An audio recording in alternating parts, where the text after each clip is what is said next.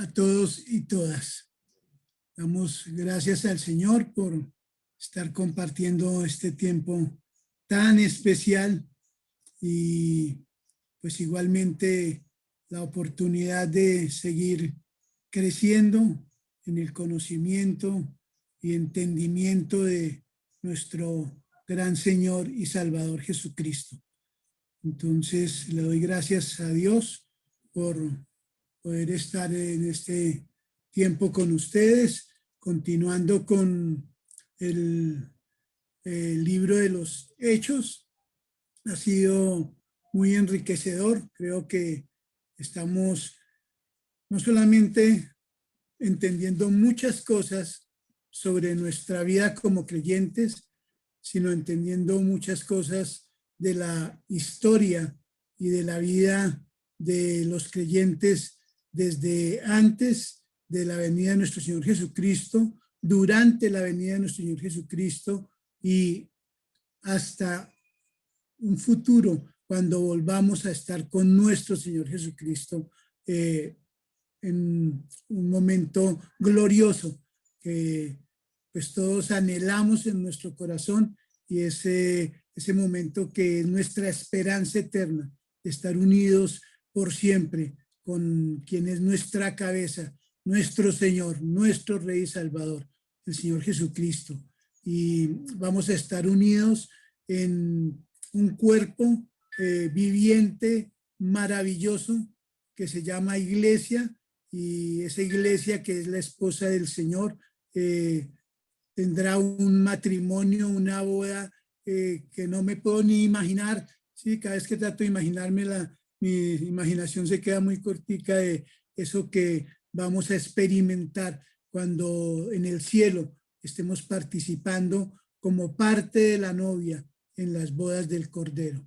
Entonces, todo eso le doy gracias al Señor, porque en el libro de Hechos hemos podido entender el pasado, comprender todo lo que ha sido el desarrollo, la evolución de la iglesia, y también podemos visualizar el futuro.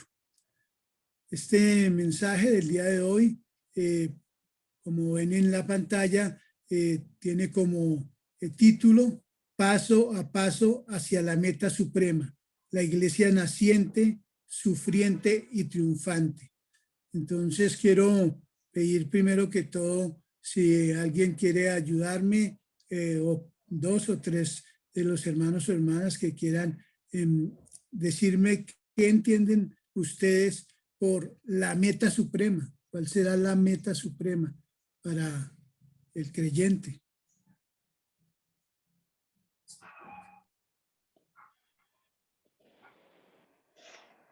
La salvación.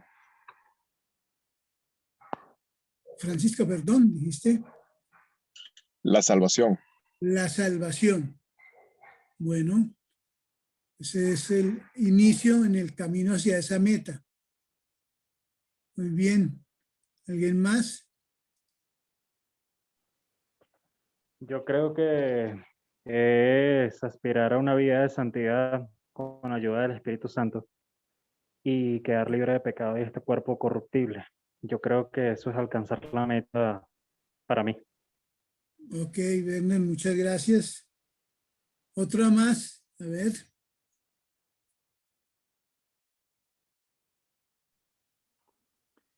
Bueno, también sería la meta suprema llegar a la perfección y al conocimiento total de nuestro amado Jesús para el día en que el Señor nos lleve.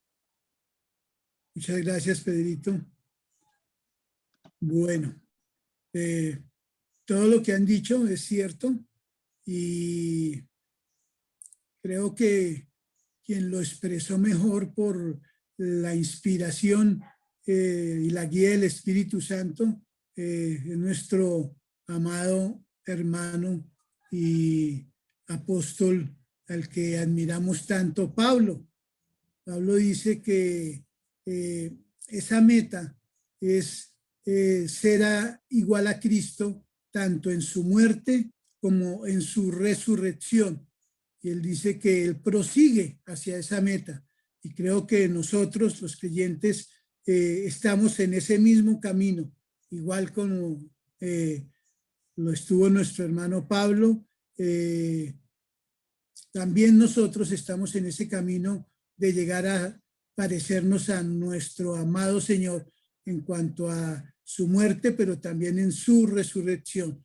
Creo que por eso se llama paso a paso hacia la meta suprema. Y el estudio del libro de Hechos nos ha aportado muchos elementos para entender esos pasos hacia esa meta suprema. Por eso empieza esta enseñanza de hoy con ese título de paso a paso hacia la meta suprema. ¿Sí? Si recordamos, cuando empezamos hace 4 domingos con el estudio del libro de los Hechos, entonces en el primer domingo Santi nos hizo una sinopsis muy buena, un panorama general del libro de Hechos. En el siguiente domingo, Arnold, con un mensaje contundente del dicho al hecho, hay poco trecho, nos mostró cómo tan pronto los creyentes recibieron el Espíritu Santo, no se quedaron quietos, sino que inmediatamente empezaron a vivir, ¿sí?, toda esa experiencia en el Espíritu y empezaron a predicar por donde iban de la salvación preciosa y completa que íbamos a tener todos los creyentes a través de la obra de nuestro Señor Jesucristo. En el siguiente domingo, Germancito nos habló de 3 virtudes especiales que se manifiestan en la vida de los creyentes y se manifestaron desde ese primer momento y se siguen manifestando hoy en día, como son la compasión, el amor y la misericordia. Y el domingo pasado, Santi nos enseñó sobre los dolores del crecimiento, porque un cuerpo que nace, y en el caso nuestro, sabemos, por lo que nos enseña la medicina y la fisiología, que en esa etapa de crecimiento hay momentos en que sufrimos dolores a nivel osteoarticular. Bueno, sobre eso hay diferentes posiciones, pero se considera que si es así, que esos dolores se deben a que se está creciendo, se está desarrollando todo el sistema óseo, el de los huesos, pero también el de las articulaciones, que son las que contienen y sostienen todo el sistema óseo. Bueno, entonces, dentro de ese panorama en el que hemos venido caminando sobre el libro de Hechos, hoy el Señor me llevó a que hiciera como una pequeña historia en cuadros de la iglesia naciente, sufriente y triunfante. ¿Y por qué eso? ¿Cuál fue la motivación que el Señor puso? Que a partir del próximo domingo vamos a entrar en una parte del libro de los Hechos igual de cautivadora y de interesante y maravillosa, que es toda la narración de la vida de apóstoles como Pablo y Pedro, y digamos que principalmente centrado en la relación de Pablo con el Señor y con los nuevos creyentes y las nuevas iglesias. Entonces, por eso creo que esta historia en cuadros va a ser muy importante para lo que va a pasar el próximo domingo en adelante. Vamos a orar primero. Quiero pedirle el favor a Pedrito si quiere orar por esta enseñanza y pues lo acompañamos en oración, por favor. Bien, gracias. Amado Padre, bendito Señor, Dios del universo, Padre de nuestro Señor Jesucristo y Padre nuestro, por obra y gracia tuya solamente, Señor. Te damos gracias infinitas en esta mañana por esta preciosa reunión que nos has permitido nuevamente de domingo a domingo, Señor, enarbolar esa bandera preciosa que es en Cristo Jesús y por medio de él y en su nombre estamos reunidos aquí, Señor, a través de estos medios que tú has permitido que tengamos permanentemente, porque es tu gracia y es tu bondad, tu misericordia y el conocimiento que das a cada persona. Te damos gracias, Señor, por tu palabra, por la enseñanza de hoy, para que tomes el control por medio de tu Espíritu Santo, que utilices a tu siervo Toto, Señor, y que lo guíes en espíritu, de corazón y en verdad a predicar tu palabra, a enseñarla, Señor, para que su voz suene siempre triunfante, guiada por tu Santo Espíritu, en base a tu palabra.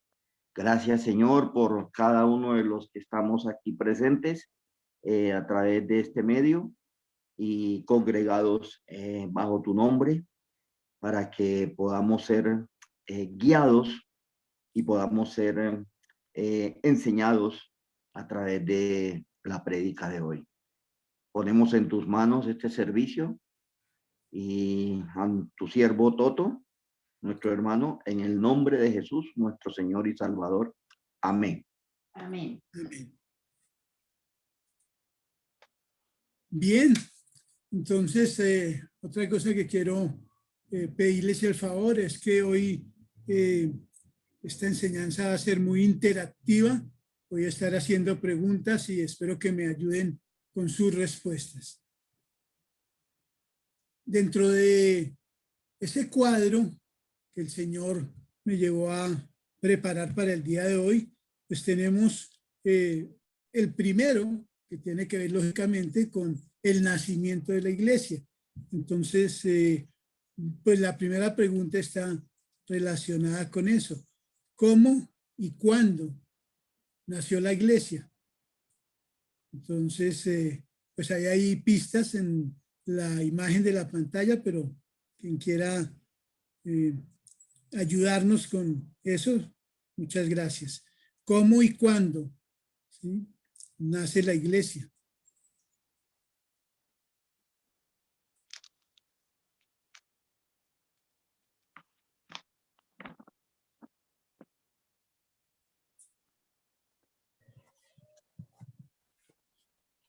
No todos, por favor, que a uno solo, porque si no nos podemos entender. Yo lo ignoro. Bueno, formalmente cuando se da el día de Pentecostés, cuando están reunidos todos los discípulos y desciende sobre ellos el Espíritu Santo en forma de lenguas. Muchas gracias, Arnold. Bien, Arnold, como un docente de ciencias sociales, él es muy puntual con los sucesos y pues eso nos ayuda mucho porque sí, dentro del cuándo, ese suceso de la venida del Espíritu Santo es fundamental en el nacimiento, en el inicio de la iglesia. Y el cómo,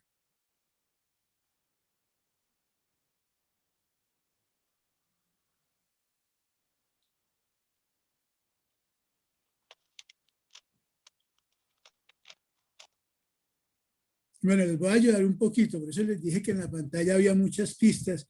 Ese cómo tiene que ver con la revelación que el Señor mismo hace a los apóstoles cuando estaba teniendo una conversación con ellos en Mateo 16, del 13 al 18.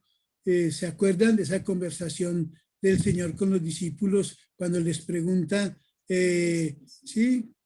sobre quién dicen ellos que es Él?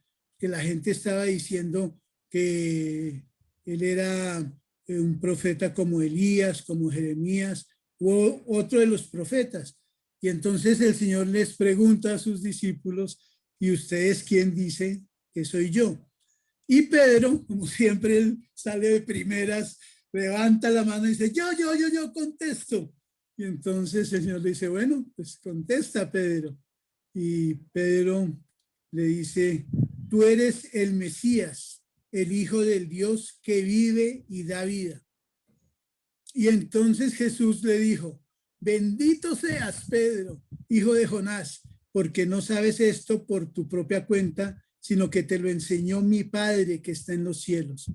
Por eso te llamaré Pedro, que quiere decir piedra, y sobre esta piedra construiré mi iglesia, y la muerte no podrá destruirla. ¡Wow! ¡Qué revelación!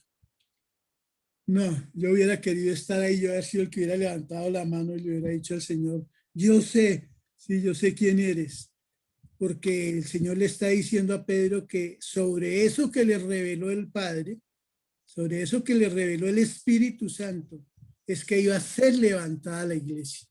Sobre esa verdad de que el Señor es el Mesías, de que Él viene o venía, mejor, porque era algo que iba a suceder pronto, que Él venía para traer vida, para traer triunfo sobre la muerte.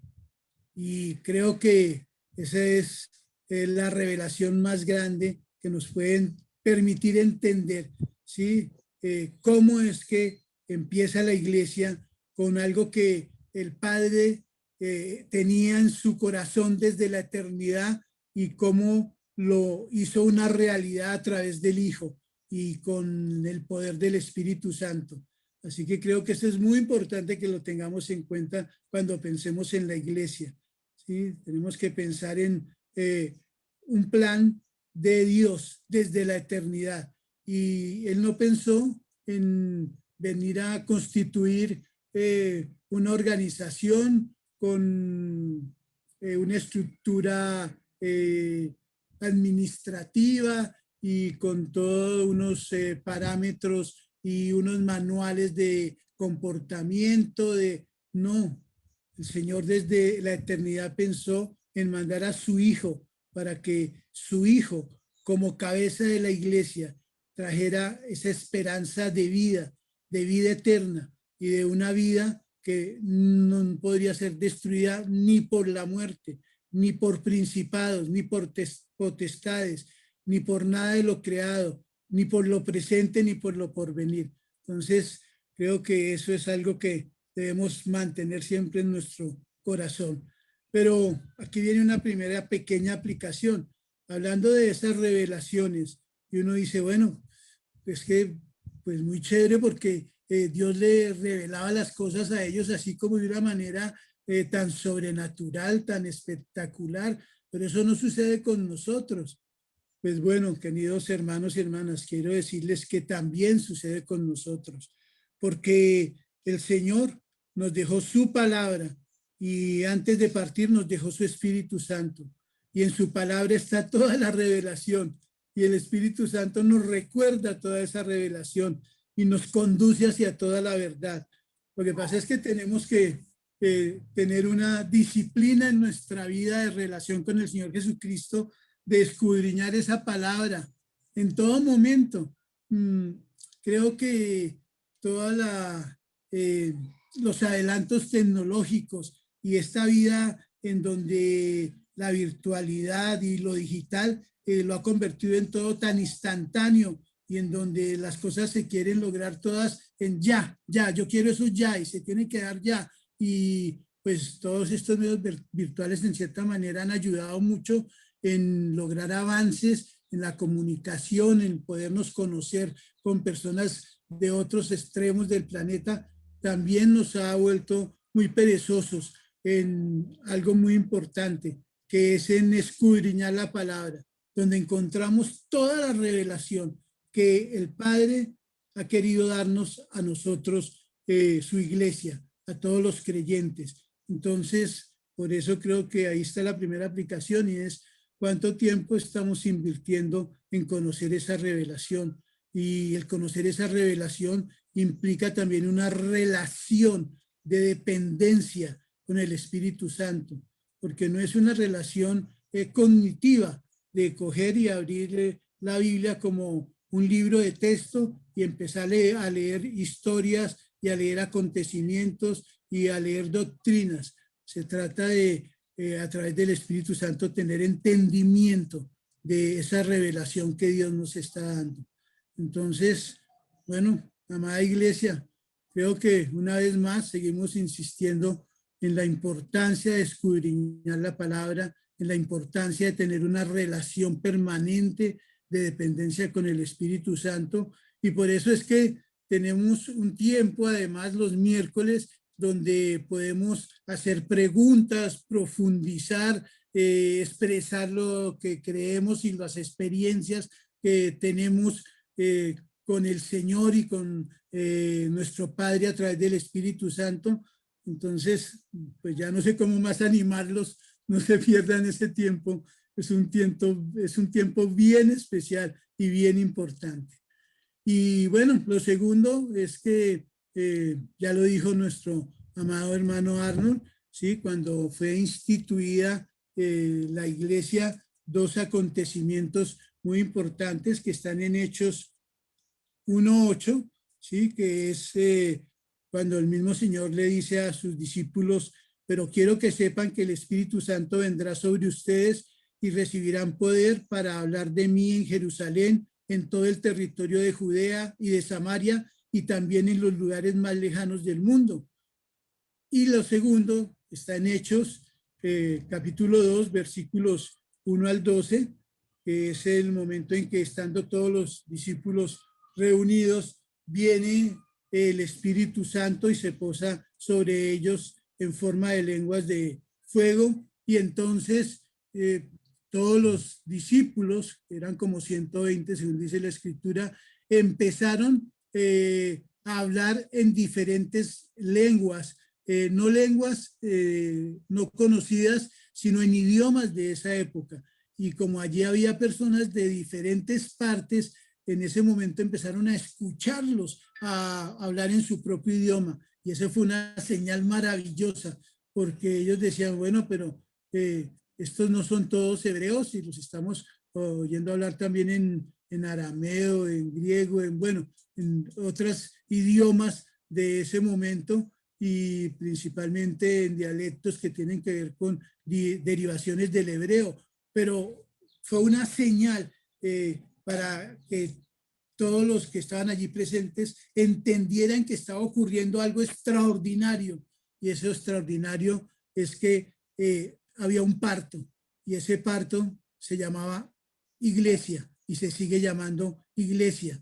Pero miren que ese parto no fue de un edificio ni de una organización. Ese parto fue de un organismo vivo, de un organismo donde hay una cabeza que es nuestro Señor Jesucristo y un cuerpo que somos nosotros. Y gracias a Dios que Él nos ha hecho parte de ese cuerpo. Bueno, siguiendo en nuestros cuadros de esta historia, entonces también en cuanto a la iglesia naciente, hay dos acontecimientos muy importantes que están en Hechos 6 del 1 al 15, al 5, perdón.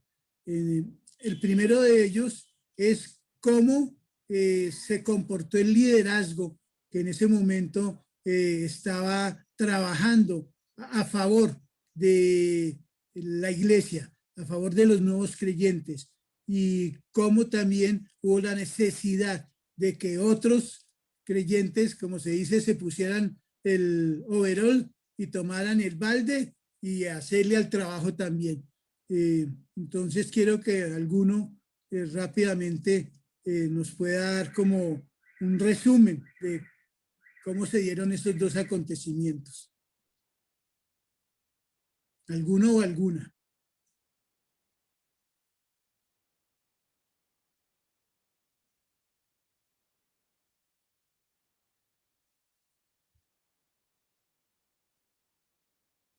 ¿Quién? Hechos 6 del 1 al 5. Bueno, y si no, puede hacerlo. ¿Toto? Sí. Bueno, entonces el resumen es que los apóstoles ya formada la iglesia, tenían mucho trabajo. Entonces, algunos miembros de los judíos, del grupo, pues se quejaron de que ellos tenían que hacer, de los griegos, perdón, se tenían que hacer muchas cosas y que pues las mujeres se cansaban y todas esas cosas.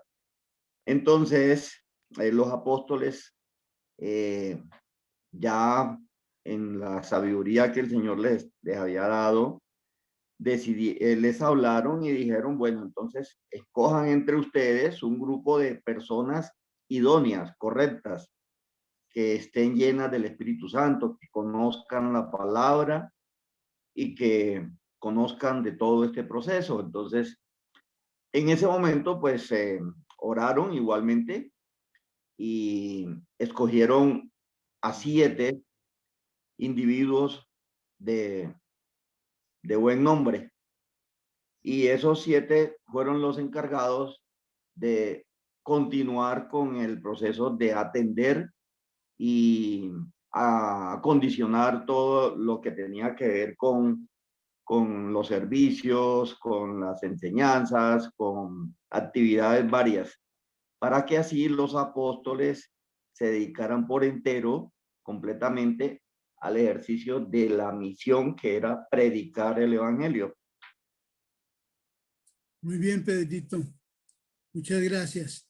Entonces, podemos ver en este otro cuadro, sí, que en ese cuerpo naciente, en ese cuerpo que empezaba a desarrollarse, sí, todos los miembros tienen unas funciones y esas funciones son fundamentales para el desarrollo y para el crecimiento y para la actividad del cuerpo.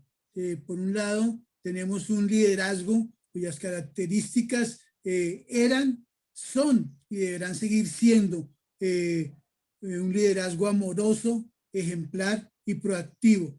Creo que así como se vivió en esa iglesia naciente, hoy en día todavía lo seguimos viviendo y experimentando, y debe ser así, porque Dios ha dispuesto desde la eternidad personas que como parte del cuerpo, ¿sí?, van a llevar esa bandera de animar a los demás, de cuidar a los demás, de estar pendientes de las necesidades de todo el cuerpo, pero no lo pueden hacer solos. Y entonces viene la necesidad de esos nuevos obreros que se destaquen por lo mismo que se destacaron, ¿sí?, aquellos 7 diáconos que fueron nombrados en ese momento.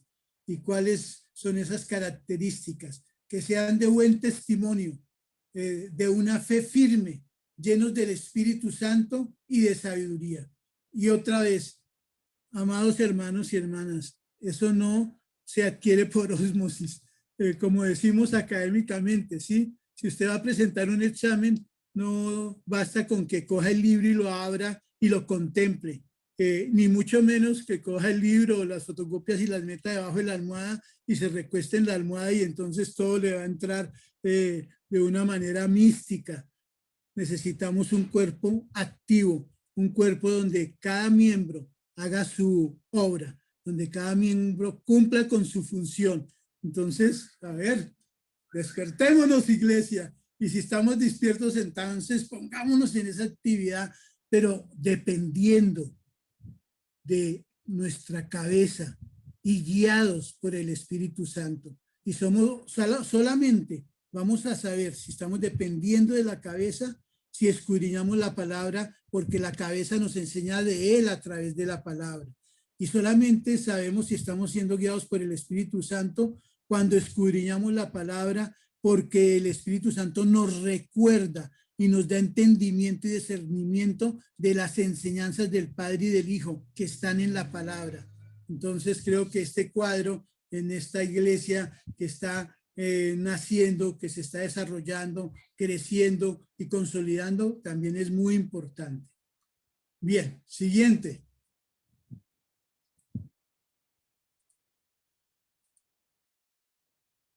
La iglesia sufriente. Bien, recordemos un poquito de la enseñanza de nuestro amado Santi del domingo pasado, donde él hablaba de los dolores del crecimiento y hablaba cómo había dolores a nivel personal, a nivel de el cuerpo, ¿sí? Cómo esos dolores afectaban a toda la iglesia. Y dentro de esos dolores, lógicamente no podemos olvidar, ¿sí? Aquellos obreros llenos del Espíritu Santo, ¿sí? Aquellos obreros que en la iglesia naciente, sirviendo de todo corazón, proclamando la verdad a una costa de su propia vida. Hablamos de Esteban, esta parte de la historia en Hechos, capítulo 7, versículos 54 al 60. ¿Sí? Quiero leerlo, es muy importante porque Esteban es un gran ejemplo para lo que hace Dios con siervos obedientes, con siervos dependientes del Espíritu Santo, con siervos que creen que no son una casualidad dentro del cuerpo, sino que son importantes y que son fundamentales en el desarrollo, en el crecimiento y la consolidación del cuerpo. Dice la palabra. Al escuchar esto, los de la Junta Suprema, dice esto porque Esteban acababa de terminar su discurso ante los líderes religiosos de esa época, ¿sí? Un discurso además que, wow, no dice, Esteban les habló de toda la historia bíblica, y creo que eso fue muy importante en todo el capítulo 7, porque a veces se nos olvida que la historia de Dios no solamente es el Nuevo Testamento, la historia de Dios es toda la Biblia, y Esteban lo hizo muy bien, porque les hizo un repaso completo a quienes se supone que más sabían de las escrituras en esa época, ¿sí? A los fariseos y a los líderes religiosos. Bueno, entonces dice, al escuchar esto, los de la Junta Suprema se enfurecieron mucho contra Esteban, pero como Esteban tenía el poder del Espíritu Santo, miró al cielo y vio a Dios en todo su poder. Al lado derecho de Dios estaba Jesús, de pie. Entonces Esteban dijo, veo el cielo abierto y veo también a Jesús, el Hijo del Hombre, de pie en el lugar de honor. Los de la Junta Suprema se taparon los oídos y gritaron. Luego todos juntos atacaron a Esteban. Lo arrastraron fuera de la ciudad y empezaron a apedrearlo. Los que lo habían acusado falsamente se quitaron sus mantos y los dejaron a los pies de un joven llamado Saulo, mientras le tiraban piedras. Esteban oraba así, Señor Jesús, recíbeme en el cielo. Luego cayó de rodillas y gritó con todas sus fuerzas, Señor, no los castigues por este pecado que cometen conmigo. Y con estas palabras en sus labios murió. Bien, pregunta, amados hermanos y hermanas, ¿en qué creen ustedes que se parece esta narración de la vida de Esteban, de la historia de la vida de Esteban en la vida de Jesús, o con la vida de Jesús, con la obra de Jesús? ¿En qué encuentran ustedes parecido y cómo podríamos aplicarlo a nosotros en esta época?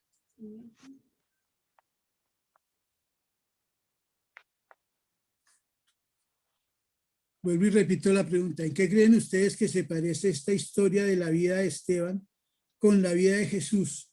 ¿Y cómo creen ustedes que lo podemos aplicar a nosotros en esta época?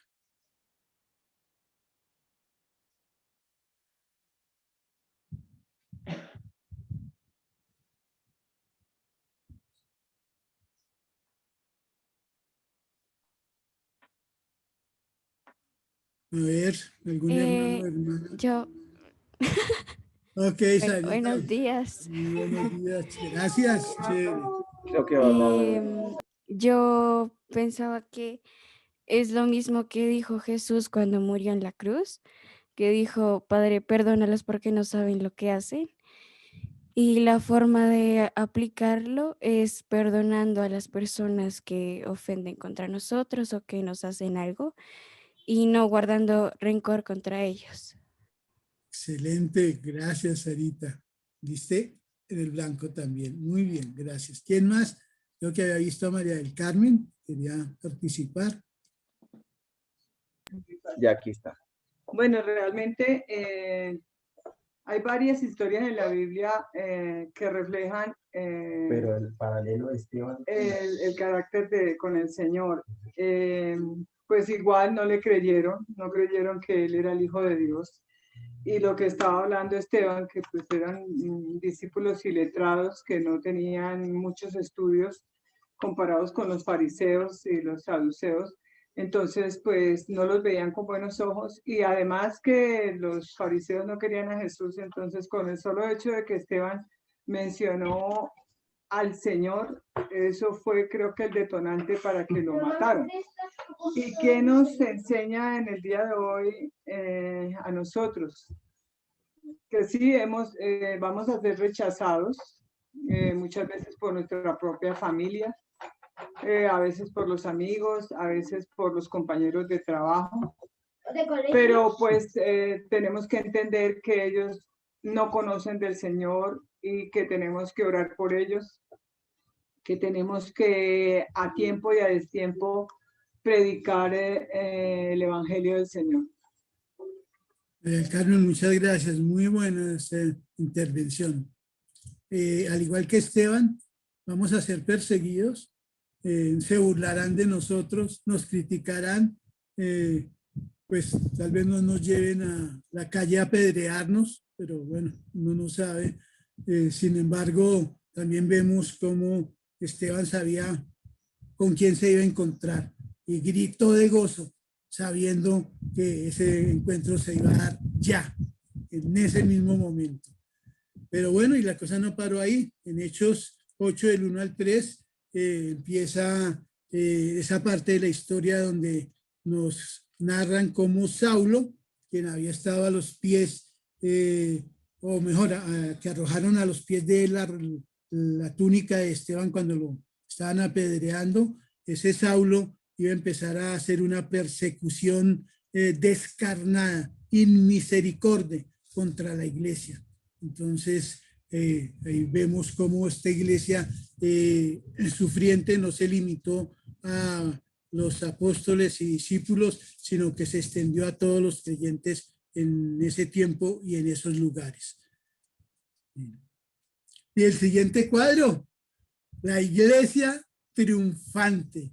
Y dice que siervos llenos del Espíritu Santo que predican con denuedo a tiempo y destiempo, piadosos, valientes, que mueren a sí mismos para llevar vida. Y eso lo encontramos en Hechos 8, del 4 al 8, cuando Felipe sale después de recibir el Espíritu Santo, y aún a pesar del suceso que ha ocurrido con Esteban, él sale con todo su ánimo y con toda su disposición a ir, ¿sí?, a Samaria a predicar de Jesús. Y ustedes saben cómo era la relación entre los judíos y los samaritanos, ¿no? Y entonces muchas veces nosotros decimos, no, es que yo no hablo del Señor allá en la oficina porque es que me miran feo, porque es que me hacen el feo, porque es que me apartan, porque, bueno, pues creo que este es como decimos popularmente, un bofetadón, ¿sí?, que encontramos en la palabra, en el buen sentido de despertarnos, de, bueno, ¿cómo así? Entonces nos callamos por temor, por vergüenza, porque es que creemos que no estamos preparados. Estos hombres recibieron el Espíritu Santo y ellos escudriñaban la palabra, y eso fue suficiente para ir a un pueblo que los rechazaba, con el cual tenían permanentemente conflicto. Pero también Felipe, en 26 al 40, predica a un etíope, una persona de otras latitudes, de otra cultura, de otra nación. Y a veces también tenemos esa disculpa, ¿no? Los son diferentes, yo no sabría cómo dirigirme, no sabría qué decirle. Sin embargo, Felipe no se detuvo. Pero ¿saben por qué no se detuvo? Porque Felipe tenía la palabra en su corazón, porque él la estudió con el Señor Jesús, porque él la estudiaba con los otros discípulos, y porque Felipe dependía del Espíritu Santo. En 8, del 35 al 40, quiero leer esa parte. Dice, entonces Felipe, partiendo de ese pasaje de Isaías, el que estaba estudiando el eunuco etíope, ¿sí? Él dijo, te voy a explicar eso que estás leyendo. Entonces dice, en el camino por donde pasaron por un lugar, Entonces Felipe, partiendo de ese pasaje de Isaías, le explicó las buenas noticias acerca de Jesús. No hubo obstáculos para Felipe, ni de idioma, ni de cultura, nada de eso lo amedrentó. Él fue y le explicó desde donde estaba estudiando el etíope, ¿sí? Le explicó las escrituras y lo llevó hasta explicarle el evangelio de salvación. Tanto que mire lo que pasa ahora. Dice, en el camino pasaron por un lugar donde había agua. Entonces el oficial dijo, allí hay agua, ¿no podría usted bautizarme ahora? Enseguida el oficial mandó parar el carruaje, bajó con Felipe al agua y Felipe lo bautizó. Pero cuando salieron del agua, el Espíritu del Señor se llevó a Felipe y aunque el oficial no volvió a verlo, siguió su viaje muy contento. Más tarde Felipe apareció en la ciudad de Azoto y se dirigió a la ciudad de Cesarea. Y en todos los pueblos por donde pasaba, anunciaba las buenas noticias acerca de Jesús. Miren el efecto tan grande que tuvo la predicación de Felipe. Primero, la conversión de este hombre etíope, un eunuco, un hombre de una cultura totalmente diferente. Y no solamente eso, sino que el hombre se fue feliz. ¿Y qué creen ustedes, queridos hermanos y hermanas, que se fue a hacer él? ¿Qué creen que se fue a hacer el eunuco? De Felipe nos dice que se fue a hacer. Del eunuco solo nos dice que se fue feliz. Pues si ese hombre iba feliz, les aseguro lo que ustedes quieran, que se fue a contarles a los de su pueblo y a todos los que se encontrara por el camino por qué era su felicidad. Y Felipe siguió haciendo el trabajo que tenía que hacer, llevado por el Espíritu Santo. No es porque, ay, a mí se me ocurrió que ahora voy a ir allí. No, Felipe dependía del Espíritu Santo. Y creo que ahí es donde podemos ver el triunfo de la iglesia.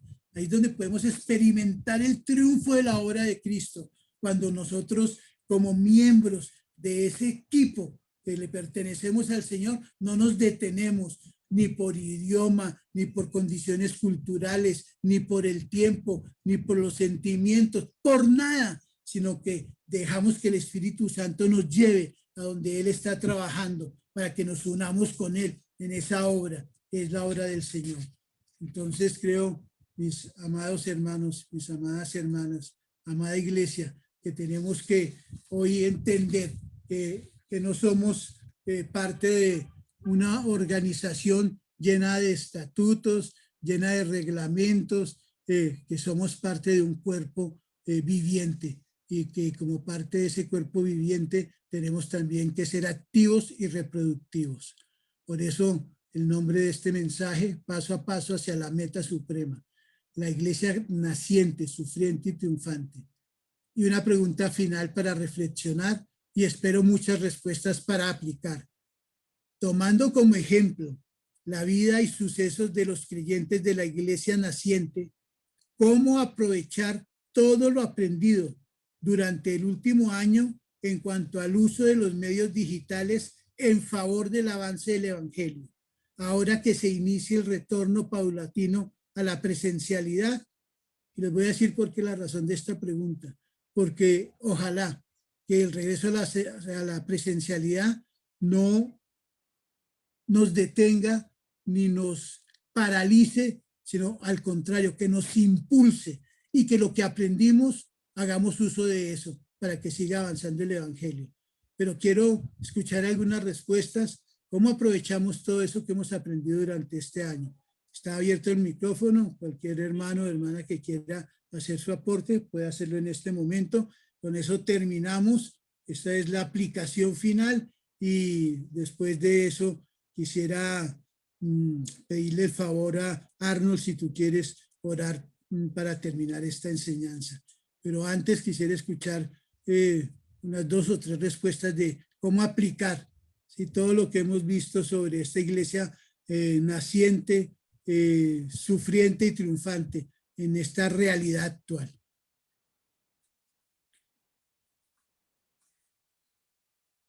Mi Toto, yo tengo una Sigue, Y Pedrito. digamos que la virtualidad nos ha enseñado, de pronto, por la gracia y la misericordia del Señor, hemos aprendido mucho, bastante y muy efectivamente a digerir más el estudio de la palabra del Señor a través de todo este proceso y de todo este año que prácticamente llevamos.